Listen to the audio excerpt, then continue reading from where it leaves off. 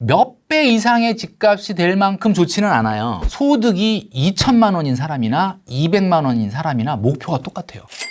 그런데 이제 많은 분들이 또 그런 얘기를 해요. 우리나라만 이렇게 집값이 지금 이렇게 난리인지 아니면 다른 나라는 어떻대? 뭐 이런. 저는 이제 저 개인적으로 뭐 저희 큰 누님이 독일에 오랫동안 살고 계시고 뭐 유럽 뭐 전화하다 보면 그런 걸 물어보게 되는데 왜 독일에 계세요? 어렸을 때부터 유학을 가가지고 거기 눌러 앉았죠. 아, 예. 그래서 뭐 이제 그랬는데 유복한 집이시군요. 아니 근데 유복한 집은 아니고 독일이 이제 대학 학자금이 무료라 그렇죠. 그래가지고 간 거예요. 독일이 유명하죠. 네, 그렇죠. 그래서 물어보면 지금 우리나라뿐만이 아니에요. 전 세계가 난립니까? 난립니다. 지금 런던, 홍콩, 뉴욕 할 것 없이 집값이 엄청나게 오르는데 여기서 중요한 게 있습니다. 오르는데 그 집값 문제가 사회 문제가 되는 건 우리나라밖에 없어요. 그러니까 다른 나라는 집값이 오르든지 말든지 그게 사회 문제가 되진 않아요. 오르는 게 사회 문제가 된다는 게 무슨 뜻이냐? 왜 우리나라만 유독 집값 문제가 이 사회 문제로 이게 커지고 막 정권에 막 그 어떻게 보면 존망이 달려 있고 막 이런 정도로 문제가 커지느냐 이유가 있습니다. 외국은 집값이 오르면 그럼 오르나 보다. 뭐 그냥 오른 집에 사는 놈은 그냥 오르는 거고 뭐 안 오르는 집에 사면 오르는. 어떻게 보면은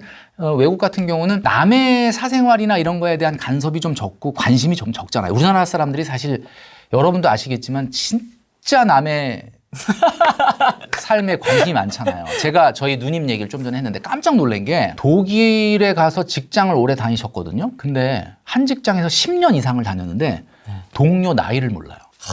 이해가 됩니까, 여러분? 동료 나이를 몰라. 그리고 그 동료가 결혼을 했었는지, 뭐 자녀가 있는지, 뭐 지금 싱글인지 잘 모르는데요. 그러니까 그만큼 그들은 다른 사람에 대한 관심, 그러면 친하지 않은 거 아니냐 내가 그랬거든요. 그럼 안 친한 거 아니냐. 그러니까 그게 친한 거랑 안 친한 거랑 무슨 관계냐. 친하다는 거는 그 사람이 뭘 했을 때 행복하고 뭘 좋아하고 이런 게 그 사람의 목표가 뭐고 꿈이 뭐냐가 중요하지. 그 사람이 뭐 결혼을 몇 번 했는지 애는 어떻게 됐는지 애가 무슨 대학을 갔는지 그런 거는 프라이버시기 때문에 얘기를 안 한다는 거예요. 그 사람들은. 그러니까 우리나라 사람들은 근데 굉장히 그런 거에 관심이 많잖아요. 누가 어디에 등기를 쳤네 안 그렇죠. 쳤네. 그래서 우리나라가 이 사회학적으로 뭐 심리학적으로 봤을 때 이 집 문제가 사회 문제가 되는 이유가 하나 있는 게 그게 뭐냐면 우리나라가 상당히 다양성이 부족한 사회예요. 외국에 비해서. 우리나라가 굉장히 다양성이 높은 사회 같지만 극장을 한번 가보세요. 코로나 전에 멀티플렉스 가면 뭐 영화가 막 수십 가지 종류가 영화 상영을 하죠. 그러니까 우리나라는 진짜 한 곳에 가서 여러 가지 영화를 볼 수 있는 다양성이 존재하는 사회 같지만 사실은 거의 95%가 한 영화를 봅니다. 여러분들 그런 걸 느끼셨죠? 그리고 우리 여성분들 보면은 30대 여성들이 하고 다니는 어떻게 보면은 기본적인 패션에 가방 몇 개 브랜드가 다 차지하고 있어요. 그래서 전 잘 모르겠는데. 그러니까 예를 들면 어느 가방이 인기가 있다 그러면 좀 나는 그러니까 만약에 1000명이 있다면 1000명이 다 각양각색의 그 패션이 아니에요, 사실은. 우리나라는 어떤 사람이 누가 굉장히 유명한 신발이 하나 유행한다 그러면 보면은 한 두세 명 지나가면 다 그 신발을 신고 있어요. 그때 다양성이 좀 부족한 사회라는 거. 이게 다양성이 부족한 사회가 생기게 된 이유가 인터넷하고 관련이 있는데 우리나라는 인터넷 보급률이 세계 1위, 인터넷 속도도 세계 1위, 이용 시간도 세계 압도적으로 1위예요. 그러니까 이렇다 보니까 다양성을 추구하는 사회인 것 같지만 사실은 굉장히 어떻게 보면은 뭐 라이프 자체가 굉장히 유니포멀리하다 그럴까? 굉장히 일률적입니다. 이게 뭐냐? 저는 이런 생각을 해요. 이재용 부회장이 쓰는 핸드폰이나 제가 쓰는 핸드폰이나 똑같아요. 이재용 부회장이 저보다 뭐 수천만 배 더 돈이 많은 사람인데 어떻게 그 사람이 쓰는 핸드폰하고 내 핸드폰하고 똑같을까? 저는 이제 그런 생각을 가끔 하거든요. 돈이 많으면 정말 많다 그러면 뭐 한남동에 진짜 성 같은 집을 짓고 살고 어느 정도 많으면 그냥 뭐 강남에 아파트에 살고 좀 뭐 없으면 좀 외곽에 살고 정말 돈이 어렵다 그러면 아파트 아닌 곳에 살고 다 자기만의 라이프가 있어야 되는데 제가 뭐 상담을 좀 가끔 해보면 소득이 2천만 원인 사람이나 200만 원인 사람이나 목표가 똑같아요. 꿈이 뭐냐? 목표가 뭐냐? 받아보면 2천만 원 받는 사람도 서울의 번듯한 아파트에 외제차 200만 원 받는 사람도 서울의 번듯한 아파트에 외제차. 똑같으니까. 각자의 삶의 모양대로 살아가야 되는데 어느 순간부터 우리는 굉장히 다양성이 부족하고 무조건 서울의 아파트를 살아야 되고 외제차를 타야 되고 이게 똑같다 보니까 집값의 문제가 사회 문제로 비화될 수밖에 없는 그런 상황이다라는 거죠. 그래서 요 근래 그 유튜브라든지 방송에 그 유현준 교수님, 네. 그 홍익대학교 많이 나오시죠, 네, 요즘. 많이 나오시더라고요. 엄청난 많이 나오시더라고요. 목소리 좀 내시더라고요, 요즘. 네. 근데 저는 이제 그분의 어떻게 보면 도시공학적인 관점 이런 것도 굉장히 도움이 되는데 저도 이제 뭐 전공을 심리학을 하진 않았지만 집값 상승의 문제는 우리나라만의 문제는 아니지만 집값이 삶을 고단하게 만드는 건 우리나라만의 문제라고 보거든요. 왜 그러냐? 인간의 본성이 뭐 이런 얘기하면은 주말에 뭐 좀 너무 이제 약간 인문학적으로 가는 걸 수도 있는데 경제학이 아니라 인간의 본성이 한 3-4가지 정도 있습니다. 한번 잘 생각해 보세요, 여러분들. 첫 번째 인간이 갖는 본성이 첫 번째가 관음증이에요. 관음증. 관음증이라는 게 이게 어떤 그 뭐 약간 병적인 그런 게 아니라 인간은 본성적으로 다 관음증, 보이얼리즘이라고 하죠. 이게 왜 있느냐면 태어날 때부터 상대방의 라이프를 관찰하도록 되어 있습니다. 왜냐하면 그걸 관찰해야만 내가 살아갈 수가 있거든요. 학습. 왜냐하면 인간만이 유일하게 동물 중에서 미완성된 상황으로 태어나죠. 전적으로 누군가 도움을 받지 않으면 혼자 살아갈 수가 없어요. 그러니까 옛날에 원시시대 때도 보면 남이 하는 행동을 잘 관찰을 해야 그걸 따라 할 수가, 저렇게 사냥을 하는구나. 저렇게 물고기를 잡는구나. 이거를 남이 하는 거를 안 보면 학습을 할 수가 없어요. 그래서 일단 기본적으로 보이얼리즘이 있어요. 그 다음에 이제 두 번째로 세트로 따라오는 게 뭐냐면 모방 심리죠. 모방 심리.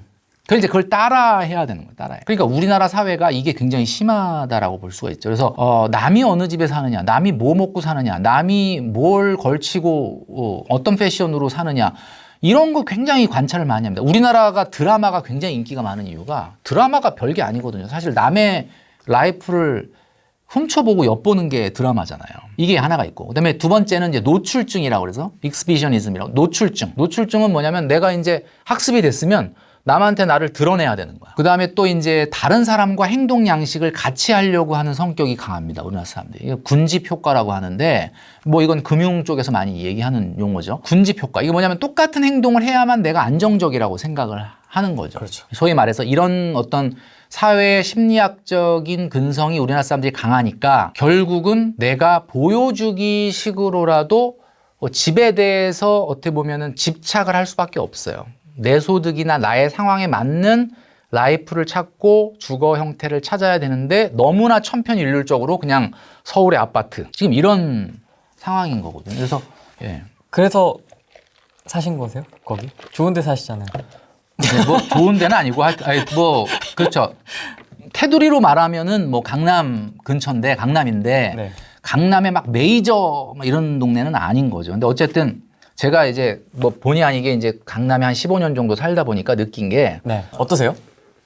이게 강남에 대해 강남 밖에서 강남을 볼 때는 많은 분들이 강남이 뭐가 되게 좋은가 보다. 뭐 학교도 좋고 뭐 편의시설도 좋고 자연환경도 좋고 뭐 좋다 그러는데 저는 솔직히 말해서 좋기는 좋죠. 나쁘진 않죠. 다른 데 비해서. 그런데 그게 몇 배 이상의 집값이 될 만큼 좋지는 않아요. 근데 그럼에도 불구하고 뭐 서울의 33평 아파트 중에 가장 비싼 아파트와 가장 싼 아파트가 8배 정도 차이가 나거든요. 지금도. 네.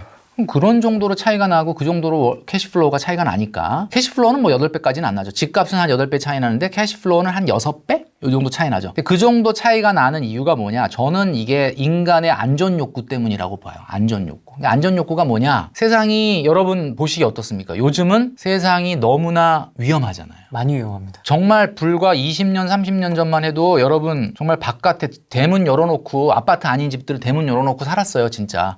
방문 판매 하시는 분들, 저도 방문 판매 같은 거 해봤거든요. 네. 뭐 교육훈련 프로그램 중에 있었는데 이게 문 열고 이렇게 똑똑 두들기면 누구신지 몰라도 일단 들어오라 그래요. 들어오라고 물도 한 잔 주고 뭐 주스도 주고 심지어는 뭐 냉면 했는데 같이 뭐 드시고 가실래요? 뭐 이런 분도 있고 하여튼 뭐 진짜 세상이 그때는 그랬단 말이에요. 근데 지금은 너무 이상한 사람이 많아.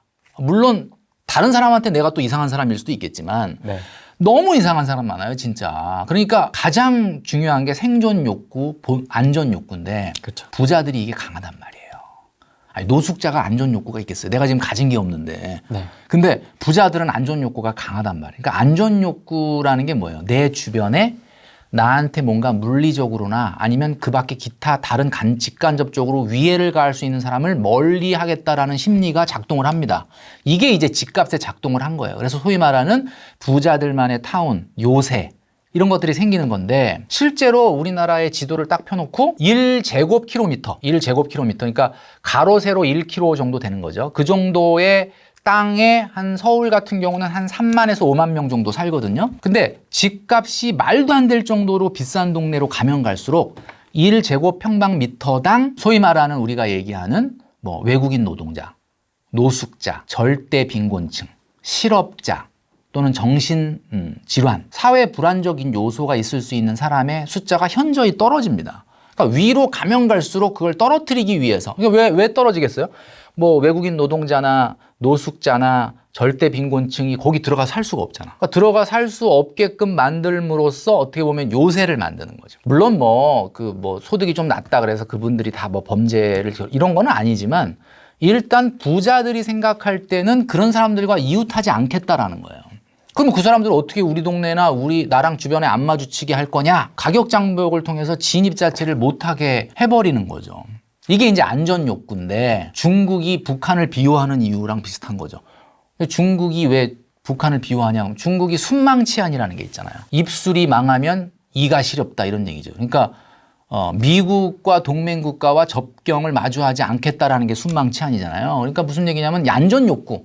미국하고 친한 나라랑 우리는 경계를 안 하겠다. 그런 면에서 북한을 지금 용인하고 살려두는 거잖아요. 비호하는 거잖아요. 그러니까 그게 결국 안전 욕구예요. 안전 욕구. 그러니까 부자들도 마찬가지로 저는 솔직히 부자는 아닙니다만 나름대로의 끼리끼리 문화라든지 커뮤니티 문화. 그래서 사실 집값이 비싼 동네라든지 지금 신흥 부촌이 되는 동네 뭐 이런 데를 보시면 사실은 그게 로케이션 밸류로 집값이 올라가는 게 아니에요. 로케이션은 솔직히 강남 아니더라도 지금 서울 어딜 가도 그렇게 살기가 그렇게 막 불편하진 않지 않습니까? 그래도 뭐 다 교통도 잘 돼 있고 학교도 잘 돼 있고 로케이션에 의한 밸류 가치보다 위치 가치보다는 커뮤니티의 가치, 공동체의 가치가 조금 더 영향을 준다고 봐야죠. 상위 지역으로 가면 갈수록 소득이 높은 사람들은 안전 욕구, 그러니까 결국은 커뮤니티의 밸류를 더 중요하게 생각을 한다라고 보이죠. 저도 한 15년 정도 이렇게 그래도 부자 동네에 어떻게 이렇게 끼어서 살다 보니까 그런 걸 좀 많이 느꼈어요. 그래서